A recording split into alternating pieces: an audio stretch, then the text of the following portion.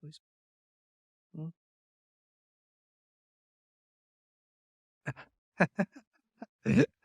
Hey, everybody. It is 2024, and Lucky and I want to talk to you about something. You have probably made New Year's resolutions in the past, and maybe you made a New Year's resolution this year to become a game master for the very first time. That is amazing, and it's a big step and can be kind of intimidating. So, I'm here to give you a few tips that may help your first session go smoothly. Play with people who you know. If you know folks, they'll be a little bit easier on you if you make mistakes. They'll help you through your game and it'll be more comfortable for you to begin with. Don't start out with a brand new group of players who don't know you very well and don't know your play style very well. Try and keep it to people who you know, at least in the beginning. Use modules. Modules are a great way to get your feet wet. You don't have to write everything from scratch. And it will also show you how games are designed.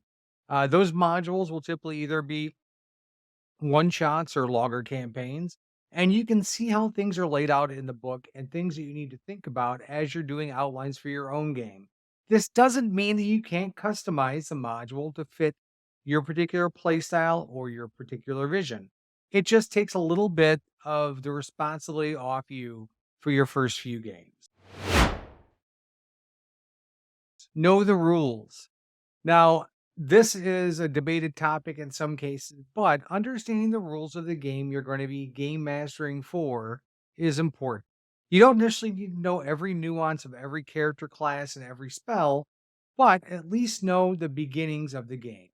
I have had several people approach me and say, "Hey, I saw Matt Mercer. I want to do that. I'm going to become a game master." Well, that's great, but if you don't understand the fundamentals of the game, it's going to be very difficult for you to adjudicate for everyone else around the table.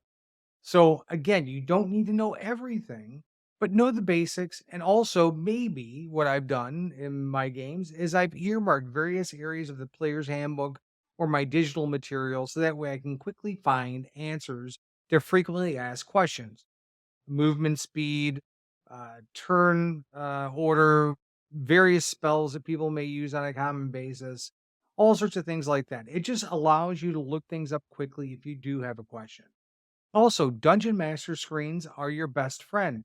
If you want to go out and get yourself a dungeon master screen, that's fine. They'll have various things on there for you for the game that you're going to be running, or you can create your own. There are many videos out there on how to create your own custom DM screen with inserts for all the particular pages that you may need for your adventure. Improvise. This is something that some folks have a problem with doing initially, but improvisation is a big part of becoming a game master. I can't tell you how many times the group that I have goes off the beaten path and doesn't follow what I had pre written. If you're not prepared for that, it can be a little frustrating. Think about things that you can do that are off the beaten path that you can throw people onto to keep the group entertained, even though they're not following the mission at hand. And don't get frustrated. This is what players do. They're not doing it on purpose. They are doing it because they are people, they're curious, and they have different game styles. So improvisation is something you're going to have to learn. Be prepared. I can't stress this one enough. I know that I run into scheduling conflicts where I'm rushing to get things done at the last minute, but I always try and show up at the table prepared. I have my outline ready. If it's a module, I've pre-read the sections that I think we're going to go through so that way I have an idea of what's going on. I've earmarked various areas that I think I need to bone up on or I'm going to need to get back to quickly. Be prepared when you come to the table. It makes things a lot easier. You're not only respecting your time, but you're respecting your players' time. Fumbling around is natural and it happens, especially if you're playing D&D. Combat's a little chunky. But as long as you as a GM have an overall view of how the game is supposed to be going for the group, you're better prepared to respond to changes on the fly. Your job is not to kill the players. We all know this, but there are plenty of players who blame GMs when their characters die or think that we're out to get them. We're not. We're there to have a good time. Imagine losing a character in a long running adventure after you've built an entire storyline around the group and their player in particular. It's just not true. But on the other hand, you have to let your players do what they're going to do. They're going to make choices, and those choices may not necessarily be the best ones. Unfortunately, players are going to die sometimes. It just happens. And I don't want you to feel bad about that. And if the player is worth their salt, they won't feel bad about it either. Yes, there's going to be some remorse. And yes, there might even be a little bit of anger that their character's plan didn't come to fruition, but it's not your fault. Understand that you're presenting them with options. They're choosing to take those options. And whatever happens is based on the dice rolls and what they choose to do. Oh, yeah, the big one, have fun.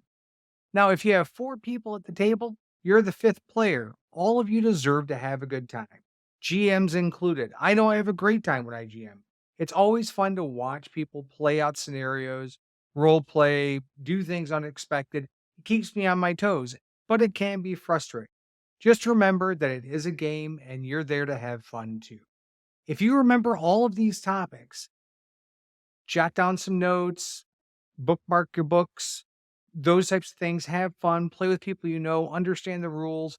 All of those things will lead to a successful first, second, third, fourth adventure. So stick with those basic topics, and I think you'll be fine. Remember, you're a person, we all make mistakes. And if you make a mistake at the table, I'm sure your players will forgive you.